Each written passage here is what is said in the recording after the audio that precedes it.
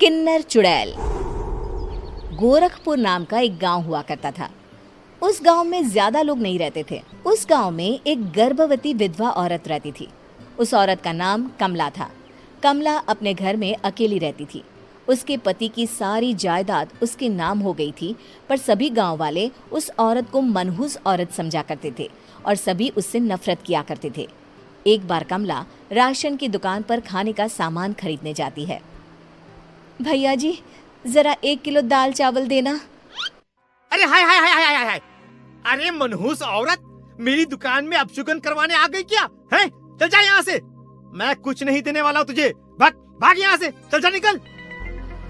भैया जी, ऐसा मत कहिए। मैं गर्भवती हूँ, मुझे खाने की बहुत जरूरत है। मुझे खाना दे दीजिए। दुकानदार कमला को वहां से धक्के मारकर भगा देता है। तभी कमला रोते रोते उस गांव के किन्नरों के इलाके में आ जाती है।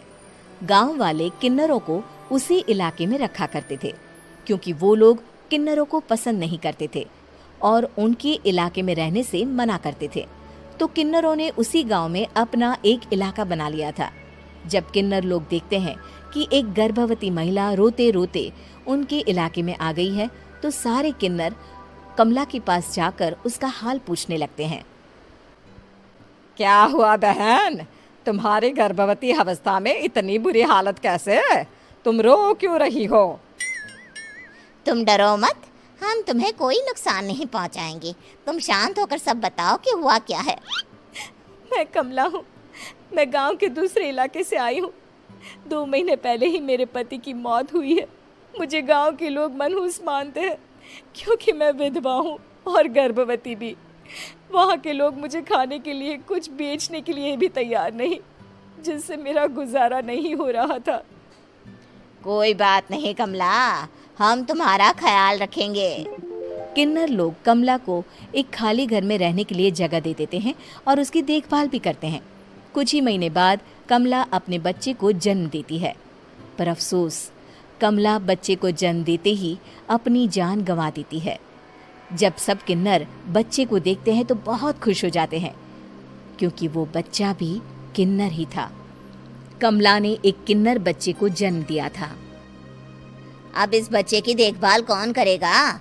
हम तो इस बच्चे को गांव के दूसरे इलाके में भी नहीं भेज सकते। और तो क्या हुआ, इस बच्चे की माँ नहीं रही तो हम इसे पालेंगे। अब ये हमारे इलाके में रहेगा, हमारे साथ रहेगा। फिर वो किन्नर उस किन्नर बच्चे को गोद ले लेते हैं, उसका नामकरण कराते हैं। उस किन्नर बच्चे का नाम शक्ति रखा जाता है। देखते ही देखते शक्ति बड़ी होने लगती है। उसके रंग रूप बहुत सुंदर थे। वो बहुत सुंदर किन्नर दिखती है।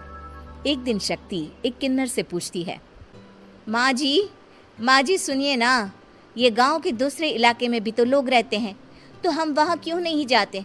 हम उनसे अलग क्यों रहते हैं? शक्ति, क्योंकि वो लोग हमारे जैसे नहीं, वो लोग हमें पसंद नहीं करते, इसीलिए हम उनसे अलग रहते हैं। क्यों? वो हमें क्यों पसंद नहीं करते? मुझे एक बार उस इलाके में जाना है। मैं एक बार वहाँ जाकर घूम कर आऊं।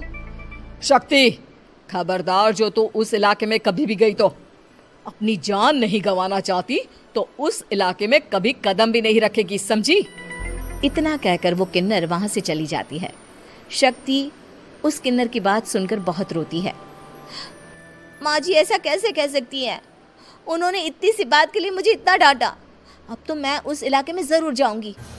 फिर एक दिन शक्ति गांव के दूसरे इलाके में चुपके से जाती है। ये लोग तो हमारे जैसे ही इंसान हैं, तो ये हमसे नफरत क्यों करते हैं? जब शक्ति उस इलाके में पहुंचती है तो गांव के सारे आदमी उसके रूप से मोहित हो जाते हैं। वो लोग ये अंदाजा नहीं लगा पाते कि वो किन्नर है।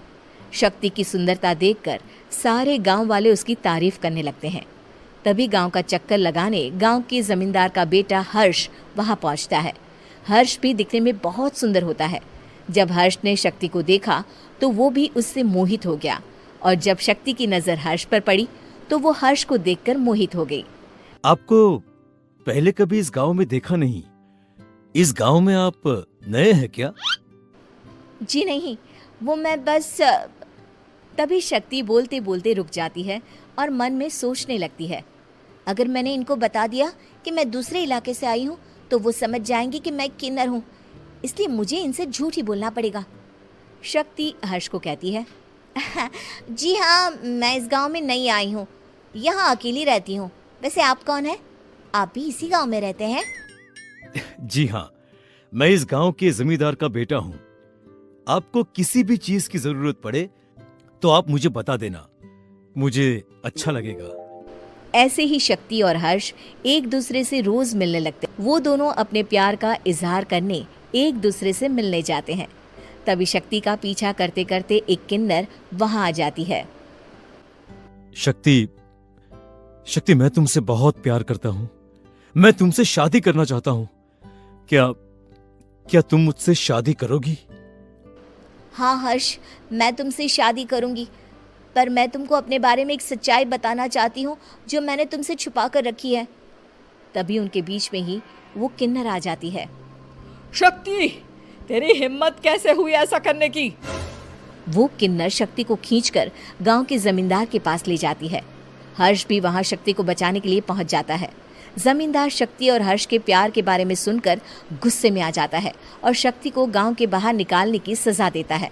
शक्ति ये बात सहन नहीं कर पाती और कुएं में कूदकर अपनी जान दे देती है। जमींदार हर्ष की शादी गांव की एक लड़की से करवा देता है, पर हर्ष इस शादी से खुश नहीं होता। शक्ति अपना बदला लेने के लिए मरने के बाद किन्नर चुड़ैल बन जाती है। अब मैं इन गाँव वालों को नहीं छोड़ूंगी, अब इनसे मैं अपने प्यार का बदला लूंगी। किन्नर चुड़ैल गांव वालों को परेशान करना शुरू कर देती है। एक बार वो रात को गांव के खेतों में पहुंच जाती है और वहां आग लगा देती है। सारी फसल जल के राख हो जाती है। जब एक आदमी रात को उठकर देखता है कि खेत में आग लग गई है तो वो वहां पहुंच जाता है। वो देखता है कि खेतों के बीचों बीच एक किन्नर चुड़ैल खड़ी है और वहां खड़े होकर ताली बजा रही है। गांव वाला किन्नर चुड़ैल को देखकर बेहोश हो जाता है। जब सुबह उस आदमी को होश आता है तो वो सीधा जमींदार के पास जाता है। अरे जमींदार साहब, अरे वो किन्नर चुड़ैल ने मेरी सारी फसल जला दी। अब मैं क्या करूंगा? क्या होगा मेरा? जमींदार चुड़ैल किन्नर का नाम सुनते ही सब कुछ समझ जाता है। अब वो बहुत डर जाता है। उसी रात को जब जमींदार डर के मारे अपने कमरे में सो नहीं पाता, तभी वहां अचानक से किन्नर चुड़ैल आ जाती है। किन्नर चुड़ैल जोर जोर से जमींदार के आगे खड़ी होकर हंसने लगती है और ताली बजाने लगती है। जमींदार उस डरावनी किन्नर चुड़ैल को देखकर बहुत डर जाता है। तूने मेरे साथ बहुत बुरा किया, अब मैं तुझे जान से मार दूंगी। नहीं नहीं नहीं नहीं नहीं, मुझे माफ कर दो, मुझे मत मारो। मैं कभी ऐसा दोबारा नहीं करूंगा। अब तुम जो बोलोगी वही मैं करूंगा। ठीक है, बचाने की कोशिश भी करी या इनसे भेदभाव करने की भी कोशिश करी तो उनको कड़ी से कड़ी सजा मिलेगी। हाँ हाँ हाँ हाँ, मैं ऐसा ही करूंगा। तुम जो बोलोगी वो मैं करूंगा, पर मुझे जाने दो प्लीज। तब वो किन्नर चुड़ैल वहां से चली जाती है। गांव का जमींदार किन्नर चुड़ैल का कहा मानते हुए दोनों इलाकों को एक कर देता है और नया कानून भी लागू कर देता है। तब से वहां किन्नर समाज और बाकी गांव वाले शांतिपूर्वक रहने लगते हैं।